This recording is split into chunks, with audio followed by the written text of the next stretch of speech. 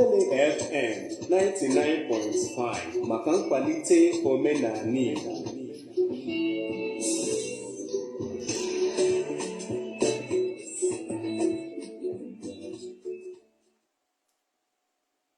Akụọla elekere 4 nke uhuruchi.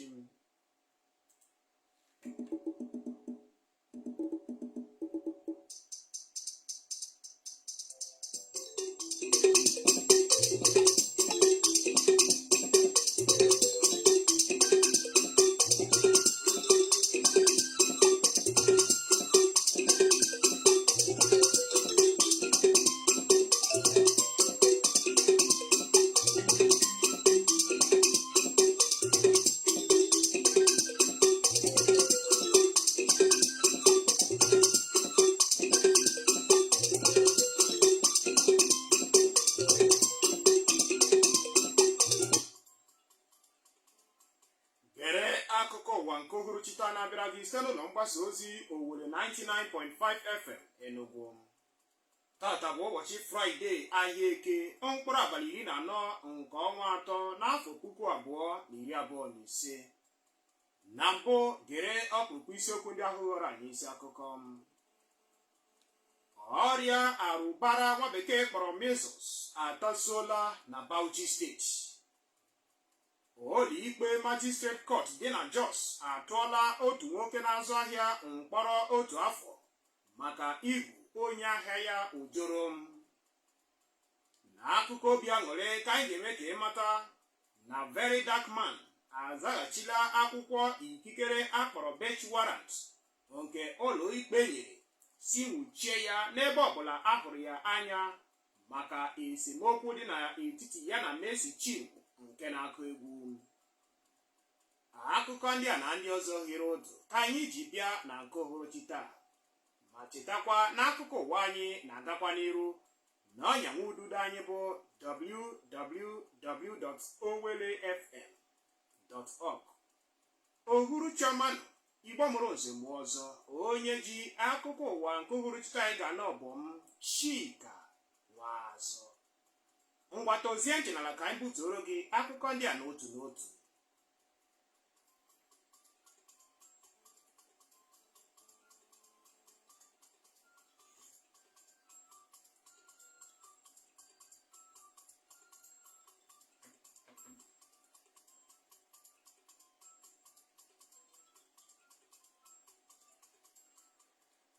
Gọọmenti Bauchi steeti etiela mkpu banyere etu ọrịa arụbara amara dịka measles siri malite ịkpa ike ọjọọ ka ọ dị ugbu a na steeti ahụ. Onye ji ọkwa Executive Chairman nke ụlọọrụ Bauchi State Primary Health Care Board bụ Dọkịta Riwanu Mohammed kwupụtara nke a n'oge ọgbakọ ihe nkụzi were otu ụbọchị ejiri kụziere ndị mmadụ etu ha ga-esi gbanahụ ya bụ ọrịa. Dr. Mohammed mere ka amata na opekata mpe mmadụ dị 218 ebutela ya bụ ọrịa na Bauchi steeti n'agbata ọnwa Jenụwarị ruo na ọnwa Maachị nke afọ a. O kwuru na ya bụ ọgbakọ sensitization ahụ bụ iji kụziere nwunye ndị isi oche nke kansụl ime obodo enwere na steeti ahụ banyere ọgwụ mgbochi ọrịa arụbara ahụ bụ nke a ga-amalite ịgba na steeti ahụ n'ọnwa Ọktoba nke afọ a. N'okwu ya n'oge ọgbakọ ahụ ka nwunye aka na-achị Bauchi steeti bụ Aisha Mohammed, onye ọ bụ ya chịkọbara ọgbakọ ahụ, kwuru na ụmụ nwanyị ga-arụ ọrụ dị mkpa n'oge ahụ ịhụ na ọgwụ ahụ gazuru etu esiri tụọ anya ya. Ọ dọrọ aka na ntị si na ụfọdụ nsogbu ndị ọrịa na-ebutere mmadụ ọkachasị ụmụaka na ụmụ nwanyị dị ime bụ nke gụnyere isi anya ọcha yana inwe nsogbu nke ụbụrụ, bụ nke na-abụghị ihe ekwesịrị iji were tie ekpele n'ụdị ọbụla.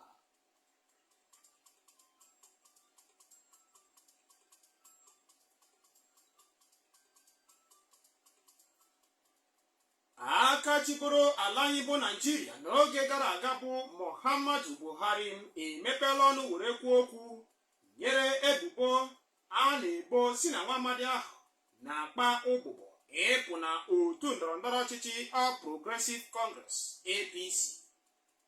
Buhari mere ka ya bụ ihe doo anya n'otu akwụkwọ ozi pụtara ihe ụnyaahụ bụ Tọzdee, nke ọ bụ ọnụ na-ekwuru ya bụ Garba Shehu binyere ya aka.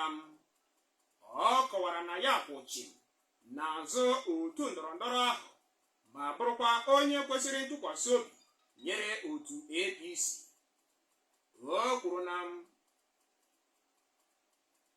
ihe na-echi ya ụra oge niile bụ etu ya ga-esi mesapụta otu pati ahụ ihu ma mee ya ka ọ bụrụ nke ama ama na mba ụwa niile. Ọ jụrụ ihe kpatara ya ga-eji gbahapụ otu pati ahụ nyere ya ohere ọma ịchị ala anyị afọ 8 zuru oke na-enweghị ihe mkpobi ụkwụ. Nke a na-abịa ngwa ngwa ogbo ya chịbụrụ Kaduna steeti bụ Nasir El-Rufai kwuchara na ya kpọtụrụ Muhammadu Buhari tupu ya banye n'otu ndọrọndọrọ Social Democratic Party SDP.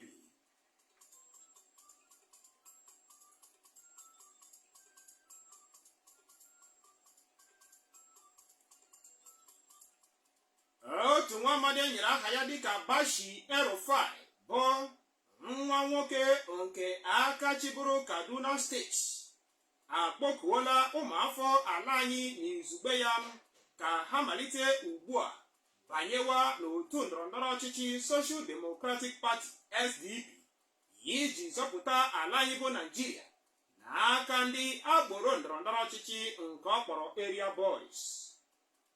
Bashi El-Rufai kwuru nke a n'ozi o zipụrụ na ọwa ozi ya taa bụ Fraịde, bụ nke a na-atụ anya na ọ bụ ndị ahụ onye isi ala kpọlitere n'ọkwa site na Lagos steeti ka ọ na-ekwu maka ha.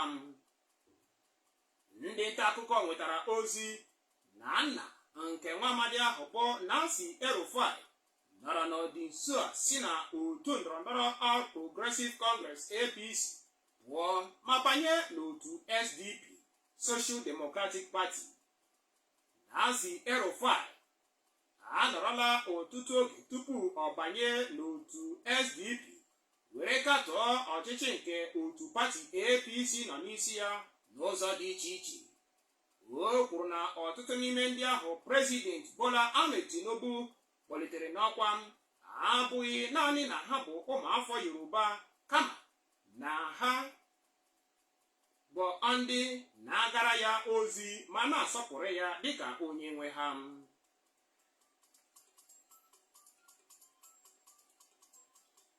Ihe oge ya ruru ugbu a bụ akụkọ azụmahịa.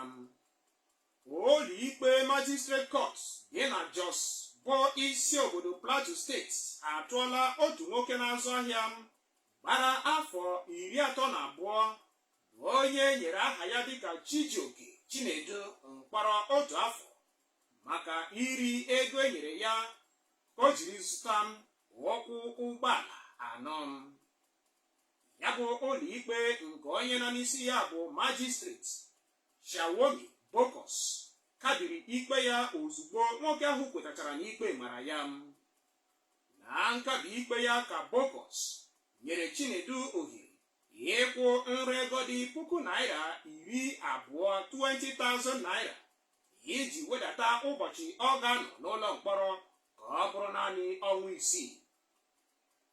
Na mgbakwunye nke a ka ọkaikpe ahụ kwuru na Chijioke Chinedu ga-akwụ onye ahịa ya ahụ ọ kwụrụkwa ego ọzọ dị 1,000,000 naira 108,000 naira maka ụkwụ ụgbọala 4 ahụ amara dịka taya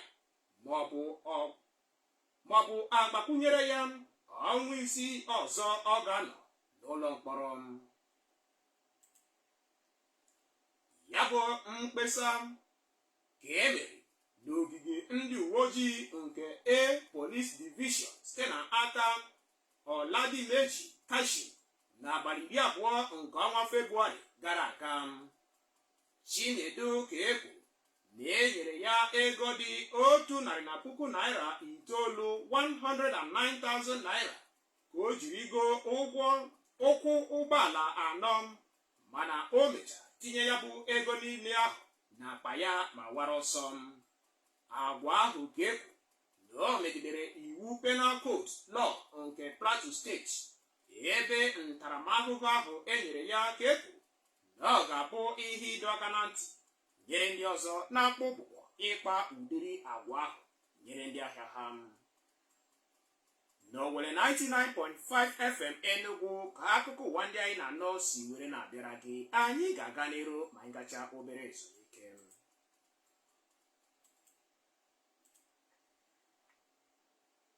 Kama mba na mba ga-ebute ọgụ, mmiri zobe, gere ntị n'ọkwa dị oke mkpa maka nchekwa ndụ na akụ na ụba gị. Igbo niile bụ ofu, onye egbula nwanne ya. Ọ dịrị isi mma, ọ dịrị agụba mma. Gbaa mbọ hụ na ị kpọchiri ọnụ ụzọ gị nke ọma oge niile. Ị ga-ahụkwa na ị chekwara ihe akụ na ihe enwe gị nke ọma. Hụ na ị kpọtụrụ ndị uwe ojii ma ịhụ ije ma ọ bụ ndị dị aṅaa. Kpesara ndị uwe ojii ma o nwee ihe gị furu efu. Zubekwanụ ndị nche na gburugburu gị. Ụmụ Igbo, udo amaka. Ka anyị jikọọ aka ọnụ kwalite udo n'ala Igbo. Kwụsị tigbuo zọgbuo. Chetakwa, otu aka anaghị eke ngwuru. Ozi a sitere gị n'ụlọ mgbasa ozi Owelle 99.5 FM Enugu.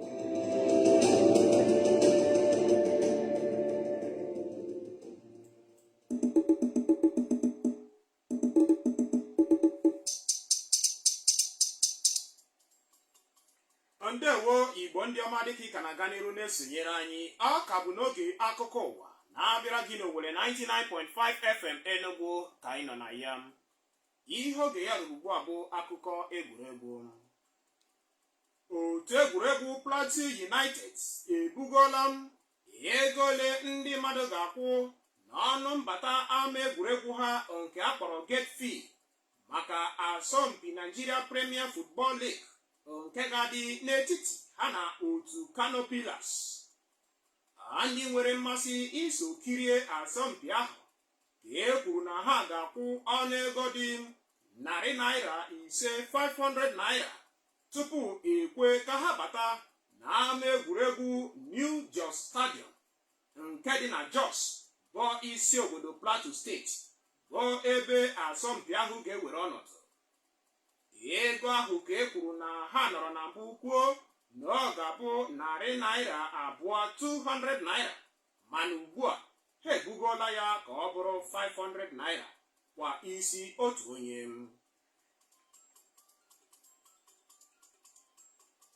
N'akụkọ obi aṅụrị bụ entertainment, nwa amadi ahụ okwu ya na-eko achịcha na ọwa ozi bụ Martin Ose, onye a na-etu Very Dark Man, azaghachila akwụkwọ ikikere nke ụlọikpe Chief Magistrate Court dị na Wuse Zone 6 Abuja nyere si nwụchie ya maka ebubo ịkatọ aha mmadụ nke akpọrọ criminal defamation nyere onye ọbụla bụ oziọma bụ Mercy Chinwo. Ndị nta akụkọ nwetara ozi na ọkaikpe Magistrate Emmanuel Iyanam nọrọ ụnyaahụ Tọzdee nye ikikere nke akpọrọ bench warrant ka a nwụchie Very Dark Man maka ọjụjụ ọ jụrụ ịwụcha ịhụ ụlọikpe ahụ n'abalị 5 nke ọnwa Maachị. Na nzaghachi ya nyere iwu ọhụrụ ahụ ka Very Dark Man bụ onye nọ na mba ofesi ka ọ dị ugbu a sitere na ọwa ozi Instagram were maa ndị ọrụ nchekwa aka n'ihu ka ha nwụchie ya ozugbo ya na ritu n'ọdụ ụgbọelu ụbọchị ọbụla ya lọghachiri azụ n'ala anyị. N'ebe ahụ ka ọ nọrọ too ọnụ were sị na nwụchi abụghịzi ya ihe ọhụrụ n'ebe ya nọ, na o tiala isi ewu na ite bidoro mewe ihe. O webụrụ ya Igbo ndị ọma n'ọkwa n'ebe a ka ya bụ akụkọ ụwa nke abalị taa ga-akụrụ ọnụ.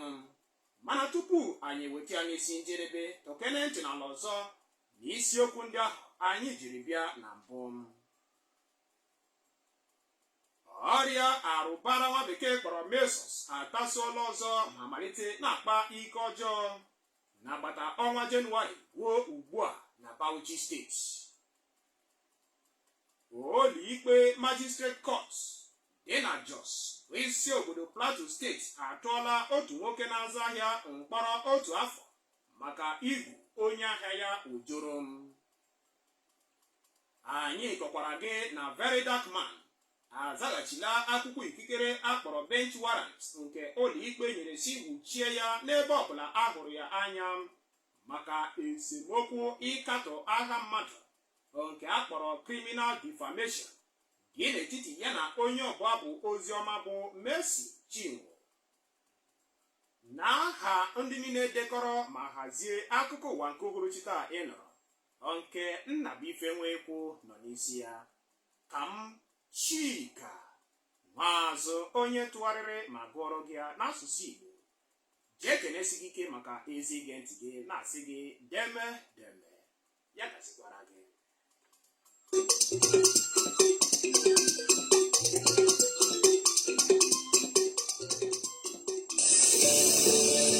Ụmụaka kedu redio unu na-ege mgbe ọbụla?